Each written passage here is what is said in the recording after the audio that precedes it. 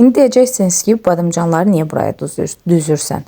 Çünki bugün birlikdə badımcan ləvəngisi hazırlayırıq. Bunun üçün badımcanlarımızı qəşəng-qəşəng artıqlarını təmizləyirik, içərisini kəsib, üzərinə deşiklər atırıq, acısını daha yaxşı buraxa bilsin deyə. Daha sonra suyu qaynadıb, içərisinə duz və badımcanları əlavə edib, təxminən 10 dəqiqə qaynadırıq. Baş hissələri yumuşaldıqdan sonra götürürük, düz bir yerdə düzüb, üzərinə böyük bir ağırlıq qoyuruq, 5-6 saat saxlayırıq ki, acılarını yaxşı-yaxşı buraxsınlar. Nə qədər çox saxlasanız, o qədər yaxşıdır. Daha sonra isə badımcanlarımızı yığırıq və içlərini qəşəng-qəşəng duzlayırıq.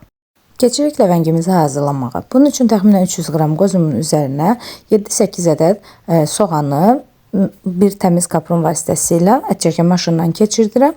Soğanlar maşından keçirdikdən sonra təmiz-təmiz, qəşəng-qəşəng yuyuram ki, acılarını buraxsınlar, maksimum acılığı getsin.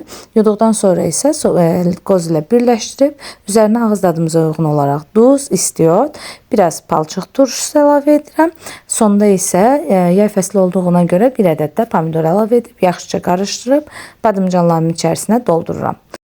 Yeməyimiz normalda qazın üzərində bişir, amma qızımın bugün ad günü olduğuna görə və mənim qazlarımın hamısı dolu olduğuna görə mən sobada bişirdim. Bunun üçün sobamı əvvəlcədən 200 dərəcədə isitdim. Listimi yağlayıb badımcanlar içərisinə yerləşdirirəm və alt-üst çevirmək şərti ilə qəşəng-qəşəng hər iki tərəfini qızardıram. Qızardıqdan sonra isə artıq biraz soyudmağını gözləyirəm. Çünki soyanda daha dadlı olur. Sonra isə servis edirəm. Hazırlayan hər kəsə indidən nuş olsun.